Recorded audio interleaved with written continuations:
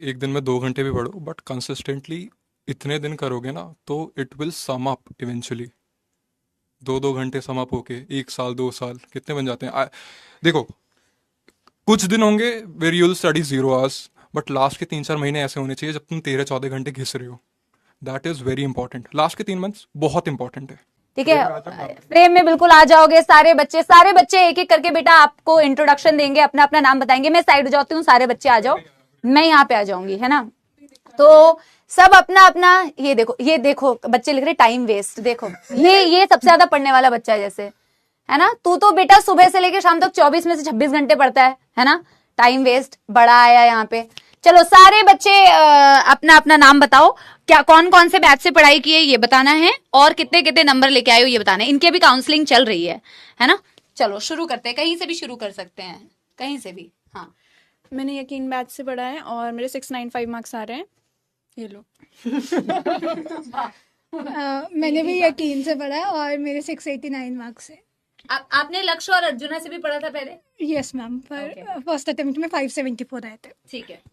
मेरा नाम प्रत्यक्ष है और मैंने लक्ष्य से पढ़ा है और यकीन से भी थोड़ा बहुत करा था 11th क्लास अर्जुना का। नहीं था? ना लक्ष्य, सिर्फ लक्ष्य। ठीक है। हाँ। कितने नंबर आ रहे हैं? 695। 695, वेरी नाइस। सभी को मेरा नमस्कार, मैं Abdulal, I scored 701 marks in NEET. मैं अर्जुना और लक्ष्य बैच से पढ़ा था, all while being a regular student at school. हाँ, मतलब स्कूल के साथ साथ में। हाँ, वो भी आईएससी बोर्ड, याद रखना। ये जो कह रहे हैं टाइम वेस्ट हो रहा है, उनको कुछ कहना चाहेंगे आप? गंदे शब्द निकल जाएंगे, प्लीज ऐसे मत लिखो। बी अ गुड किड यार, एंजॉय करो, तुम्हारे सीनियर्स है, one day you will be at a place. Jealous people, jealous. हाँ, जलते क्यों हो? जेलस, सपोलिंग जेलस हो रहे हैं। चलो नेक्स्ट। मैं तेजस गौर हूँ और 11th में मैं अर्जुना से पढ़ा था, मेरा 690 का स्कोर है। और 12th में मैंने लक्ष्य से भी, उम्मीद से भी काफ़ी सारे चैप्टर्स किए हैं। Very nice, yes ma'am, very nice. तो ये सारे स्टूडेंट्स आप लोगों से, यार देखो, अगर यार उल्टा माइक पकड़ा है क्या? हाँ ऐसे है, वैसे तो आवाज आ रही होगी। तो सारे बच्चे पहले तो अपने भैया और दीदी को कांग्रेचुलेशंस बोलो, और जल कुकड़े मत बना करो बेटा, ठीक है। तुम भी कल को सिलेक्ट होगे और तुम भी आओगे ना मिलने के लिए। सारे बच्चे देखो, सारे तुमको हाई कर रहे हैं, तो बेटा ये तो तुम्हारी वो बोलते हैं क्या, खुशकिस्मती है कि बच्चे आपसे मिलने के लिए आए। ये ईमानदारी से मैं बता रही हूँ। देखो तुम भी कल को सिलेक्ट होगे और तुम्हें भी यहाँ पे आने का चांस मिलेगा। इसमें हाँ, ये फ्लेक्स क्या होता है, तुम भी करो ना। ये पीछे कौन वीडियो कॉल में कनेक्ट हो गया है? Oh my God, oh my God, ये तो आज गजब। आज तक हमने लक्ष्य में कभी वीडियो कॉल नहीं किया है। तो बेटा इनसे ना मोटिवेशन लेनी हो तो मैं सबसे ना एक ज्यादा तुम्हारा टाइम वेस्ट नहीं करूंगी, क्योंकि तुम तो बेटा अभी जाओगे, पीएमओ काम है तुम्हारा, है ना।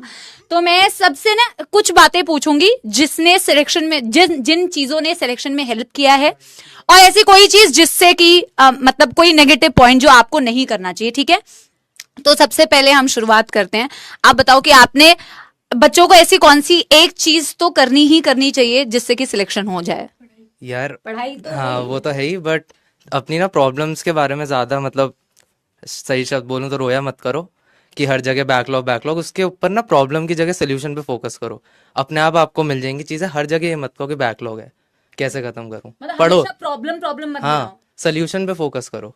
मेन ये है तो मैं हमेशा बोलती हूँ कि हमेशा प्रॉब्लम ये तो, लेकिन तुम तो बेटा रोते ही रहते हो ऑल द टाइम कि ये हो गया वो हो गया, है ना। तो प्रॉब्लम सही बोला इसने, बिल्कुल सही। सिर्फ प्रॉब्लम्स गिनोगे तो बहुत प्रॉब्लम्स मिलेगी। You have to find solution, because eventually तुम्हारा प्रॉब्लम है, तुम्हें ही सॉल्व करना है, और तुम्हारे प्रॉब्लम के सोल्यूशन से ही तुम्हारा सिलेक्शन होगा, है ना। कोई एक ऐसी चीज जो अवॉइड करनी चाहिए, जो अगर मतलब बच्चे अगर ना करे तो ज्यादा बेहतर होगा। कमेंट में स्पैमिंग मत करो। कमेंट में स्पैमिंग हाँ, एज मानसी मेंशन्ड, एक तो कमेंट में स्पैम मत करा करो, अच्छे कमेंट भी करो, single comment done. And other thing I would like to add कि बहुत सारे बच्चे रिलेशनशिप्स में चले जाते हैं during these days. Toxic relationship से दूर रहना। If you find a person, ऐसा पर्सन ढूंढो जो आपसे सेम एम रखता हो, हु प्रमोट्स योर एम, जो आपको पुश करे to be better version of yourself. That is one thing I can add from myself. लेकिन इसमें मैं एक चीज ऐड करना चाहूंगी, इसमें मैं ये ऐड करना चाहूंगी बेटा, वो इसने बोला ना कि ढूंढने का समय नहीं है आपके पास अभी ज्यादा, तो ज्यादा ढूंढना नहीं है यहाँ पे। तो जो तुम नंबर लेने लगते हो ना कि नंबर दे दो, डोंट डू दैट बेटा। सब चीज का समय आएगा, ठीक है। एंड डेफिनेटली इफ नॉट, देखो कंपेनियन बहुत सारे टाइप के होते हैं, दोस्त भी कंपेनियन ही होते हैं।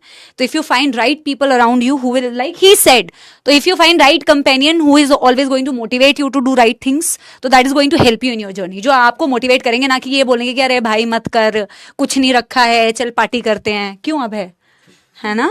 हाँ, तो ये कहने का मतलब ज्यादा ढूंढना नहीं है बेटा, डोंट टेक मच इंस्पिरेशन वैसे। आप कुछ कहना चाहते हैं? क्या क्या किया ऐसा कि मतलब सिलेक्शन हो गया? बायोलॉजी में क्या पढ़ा था? बहुत ज्यादा एक्स्ट्रा? एनसीईआरटी बस। क्या एनसीईआरटी के बाहर कुछ आता है? इनको लगता है कि बाहर से पेपर आता है, बाहर एक शब्द भी बाहर नहीं होता है ना। तो अगर अगर बायोलॉजी में टाइम सेव होता है तो आप फिजिक्स केमिस्ट्री को दे पाएंगे बेटा, ये मैं हमेशा कहती हूँ। स्ट्रॉन्ग सब्जेक्ट कौन सा था? बायोलॉजी। बायोलॉजी, ठीक है। और वीक कौन सा था? कोई नहीं था तभी। हाँ, फिजिक्स। फिजिक्स। तो फिजिक्स कैसे मैनेज करा यार? एमआर सर से पढ़ के। Question practice? एमआर सर से पढ़ के। नहीं तो खुद से भी तो कुछ किया होगा ना। खुद से कुछ खास नहीं, सर के नोट्स बहुत होते हैं और बस। क्वेश्चन प्रैक्टिस कैसे की थी? क्लास की? हाँ, क्लास के, यस, डीपीपीज क्लास के टेस्ट बस। ठीक है। टेस्ट देना कितना जरूरी है? मैम टेस्ट ही जरूरी है। मैं यही रिकमेंड करता हूँ कि टेस्ट को कभी मिस मत करना, सामने आ जा। चाहे तैयारी हो ना हो, टेस्ट जरूर देने हैं। और उसके बाद एनालिसिस सबसे इंपॉर्टेंट है, क्योंकि अगर वो नहीं किया तो उसका कोई फायदा नहीं है। मैंने एक भी टेस्ट का एनालिसिस मिस नहीं किया, जो देता था हमेशा एनालिसिस करता था और इम्प्रूव होता है। एनालिसिस मतलब कैसे करता? क्या मतलब कि कौन से टॉपिक पे गलती की है, कौन से क्वेश्चंस में गलती की है? एनालिसिस में सब कुछ आता है, किस में गलती करी है, सिली मिस्टेक की वो आगे नहीं होनी चाहिए। और एक नोटबुक मेंटेन कर लो और हर टेस्ट से पहले वो देखो कि मैंने पहले इस चैप्टर में कहाँ गलती करी थी। तो अगर उसको एक बार देख के भी चलेगा टेस्ट से पहले, तो वो गलती आगे नहीं होगी। ठीक है। तो तू हर टेस्ट में करता था ऐसा? यस मैम, मैंने पूरे साल किया। रेगुलर टेस्ट देता था? हाँ मैम, चाहे तैयारी हो चाहे ना हो? मैम मोस्टली तो होती थी तैयारी, जब नहीं भी होती थी तब भी थी। ठीक है। एक चीज टेस्ट एनालिसिस में मैं ऐड करूंगा, जो क्वेश्चन सेक्शन बी में आप छोड़ते हो उन्हें हमेशा व्यू करा करो। हम गलती ये करते हैं, हम जो क्वेश्चन गलत कर रहे हैं सिर्फ उन्हें देखते हैं। इट्स इंपॉर्टेंट कि तुम सेक्शन बी में जाओ, वो क्वेश्चन ढूंढो जो तुमने स्किप करे हैं, एंड रीजन फाइंड आउट करो। हाँ, रीजन फाइंड आउट करो कि क्यों छोड़ना पड़ा वो। क्या पता वो क्वेश्चन एग्जाम में आ जाए तुम ना कर पाओ। मैं एक चीज ऐड करना चाहूंगा, काफी सारे क्वेश्चन में जब हम तुक्के लगाते हैं तो उसको ना क्वेश्चन पेपर में मार्क कर लिया करो कि इस पे मैंने तुक्का लगाया है, और उसको फिर बाद में एनालाइज जरूर करो कि ये कैसे इंप्रूव होगा, क्योंकि कई बार वो सही हो जाते हैं तो हम छोड़ देते हैं। हाँ, कि सही हो गया था, फिर अपना दिमाग नहीं ज्यादा चलाते कि मैंने तुक्का लगाया था।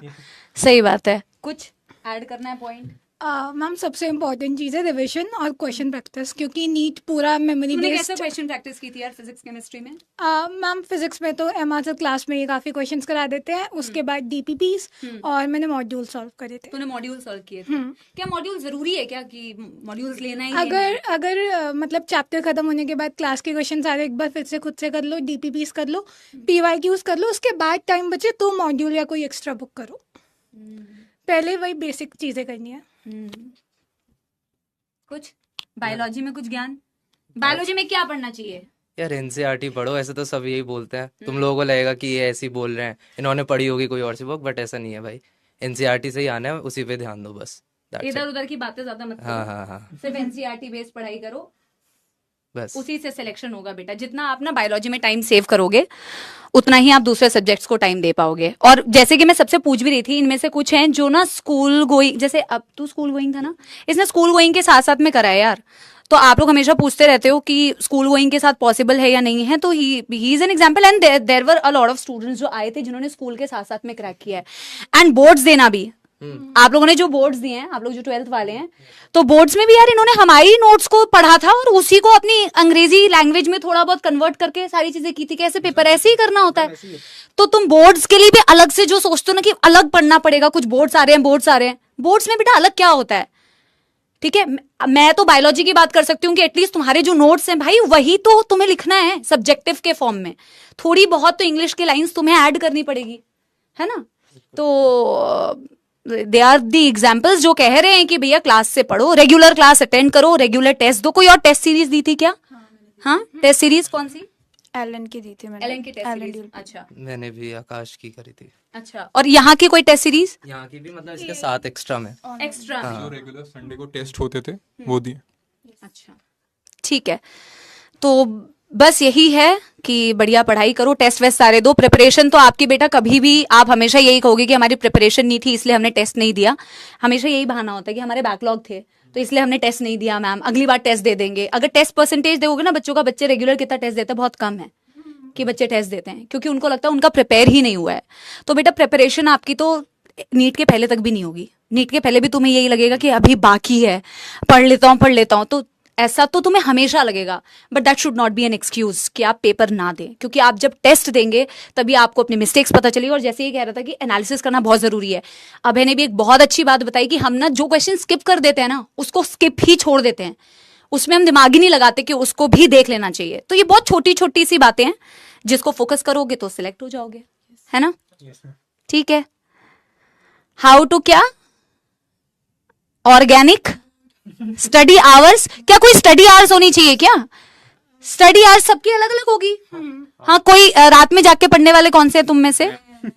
और तू? मेरा ऐसे ही रहता था कभी कभी भी जब मन कोई सेम रूटीन। और ऐसा कुछ है क्या कि कितने घंटे पढ़ना चाहिए? 10 से 12 बहुत होते हैं। कंसिस्टेंसी चाहे एक दिन में 2 घंटे भी पढ़ो, बट कंसिस्टेंटली इतने दिन करोगे ना तो it will sum up eventually. 2-2 घंटे सम अप होके 1 साल 2 साल कितने बन जाते हैं। देखो, कुछ दिन होंगे where you'll study 0 hours, but last के 3-4 महीने ऐसे होने चाहिए जब तुम 13-14 घंटे घिस रहे हो। That is very important. Last के 3 मंथ्स बहुत इंपॉर्टेंट है।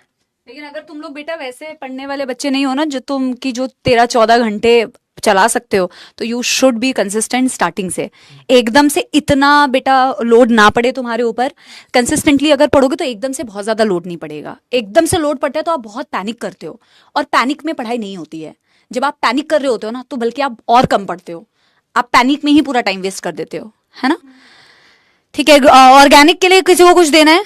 ऑर्गेनिक के लिए कुछ बताना है? सब में बस क्वेश्चन प्रैक्टिस करो, यही बोलूंगा। कोई अलग ट्रिक नहीं होती किसी भी चीज की, सवाल लगाओ, हर चीज हो जाएगी। That's it. ठीक है, थैंक यू वेरी मच, आप लोग आए। ठीक है, हम लोगों ने सारे बच्चों के साथ में चाय पार्टी करी है ना, है ना? और खाना पीना भी खाया है ना? हाँ, और गाना भी गाया है ना? तो ऐसी ही उम्मीद करते, बहुत अच्छा लगता है। वैसे मैंने इनको क्लास वाले दिन बुला लिया तो ज्यादा टाइम नहीं मिला। अब देखते हैं, कभी दिल्ली में कॉलेज मिलेगा इन लोगों को तो मिलेंगे, नहीं भी मिलेगा तो कहीं और से भी मिलने आना तुम लोग। ठीक है, गाड़ी में भी घूमे हम लोग बाय द वे। ठीक है, सबको घुमाया हमने, बहुत मजे किए, बहुत अच्छा लगता है बेटा। बच्चे आते हैं, आप ही में से पढ़े हुए बच्चे आते हैं तो हमें बहुत अच्छा फील होता है। हमें भी बहुत अच्छा लगता है कि ऑनलाइन से पढ़े हुए बच्चे सिलेक्ट भी होते हैं, and they are the examples for you, कि कल को आप भी बेटा यहाँ पे होंगे। अच्छे से पढ़ाई कीजिए, मन लगा के पढ़ाई कीजिए। ये कमेंट बाजी में स्पैमिंग जितनी कम करेंगे बेटा, उतना ज्यादा आप फोकस कर पाएंगे। ठीक है, बहुत बहुत धन्यवाद। ठीक है, मिलते हैं। अभी मैं तुम लोग को बाय बाय अच्छे से तो नहीं बोल पाऊंगी, ऐसे ही बोल पाऊंगी। ठीक है, bye bye bye bye. Thank you thank you thank you thank you. मिलते हैं ना।